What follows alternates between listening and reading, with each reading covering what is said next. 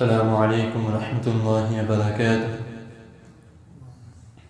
إن الحمد لله والصلاة والسلام على رسول الله، أما بعد. أحسن الكلام كلام الله، وأحسن الهدي هدي محمد صلى الله عليه وسلم.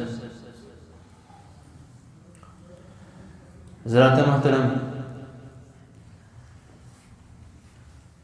ہم میں سے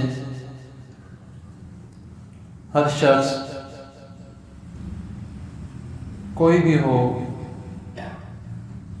ہمیشہ کسی نہ کسی کی یہ شکایت لازمی رہتی ہے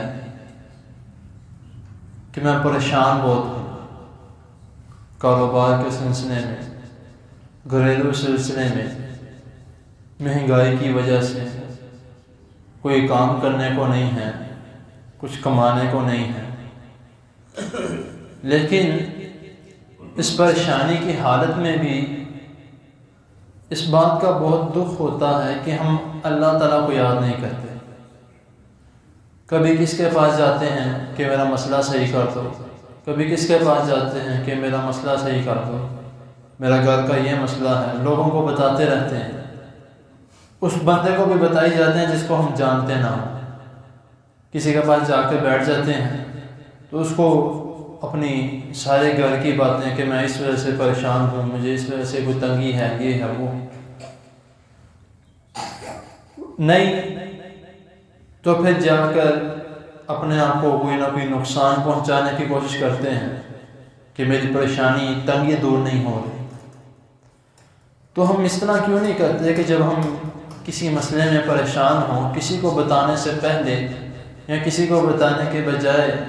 اللہ تعالیٰ کے سامنے آ کے ہم اللہ تعالیٰ کو اپنی ساری پریشانیاں، اپنی تنگیاں بتائیں کہ اے اللہ میں اس وجہ سے پریشان ہوں، مجھے یہ تنگی ہے،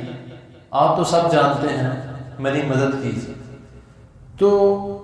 اس بات کو میں قسم اٹھا کے کہہ سکتا ہوں کہ جب ہم اپنی پریشانیاں، اپنی تنگ دستیاں اللہ تعالیٰ کے سامنے رکھیں گے تو ہم خالی ہاتھ واپس نہیں جائیں گے۔ اللہ تعالیٰ کچھ نہ کچھ ہمیں دے کے لازمی بھیجیں گے، تھوڑی دیر ہی صحیح، لیکن ہمیں اس کا اجر بھی ملے گا، اور اس کا جو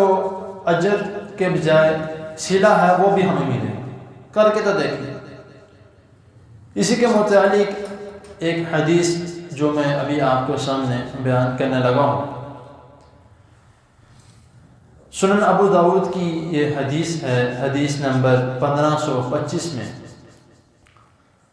حضرت اسماء بنت عمیس رضی اللہ تعالی عنہ وہ بیان کرتی ہیں کہ رسول اللہ صلی اللہ علیہ وسلم نے مجھے حکم دی کہ اے اسماء، میں تمہیں ایسی دعا نہ بتلاؤں کہ جو تم اپنی پریشانی یا اپنی تنگی کی حالت میں، اپنی پریشانی کی صورت میں یہ دعا پڑھا کرو، ان کلمات کو پڑھا کرو۔ تو وہ بیان کرتی ہیں کہ میں نے یہ عرض کیا کہ اللہ کے رسول صلی اللہ علیہ وسلم کیوں نہیں؟ تو نبی کریم صلی اللہ علیہ وسلم نے فرمایا کہ اپنی پریشانی کی حالت میں، پریشانی کی صورت میں ان کلمات کو پڑھا کرو۔ اللہ ربی لا اشرک بہ شیئا، چھوٹا سا کلمہ، زیادہ بڑا نہیں ہے، کہ اے اللہ ربی، آپ ہی میرے رب ہیں، لا اشرک بہ شیئا، میں آپ کو کسی کے ساتھ بھی، کسی چیز کے ساتھ بھی شریک نہیں ٹھہراتا جو بھی۔ تو یہ کلمات مختصر سے چند الفاظ کے یہ کلمات ہیں، تو یہ پڑھنے سے جب ہماری پریشانی، ہماری ڈپریشن، ہمارے تنگ دستیاں جب دور ہو سکتی ہیں تو ہم کسی اور کے پاس کیوں جاتے ہیں؟ کہیں پر بھی ہوں، کوئی بھی پریشانی آ جائے، اسی وقت یہ کلمہ پڑھیں،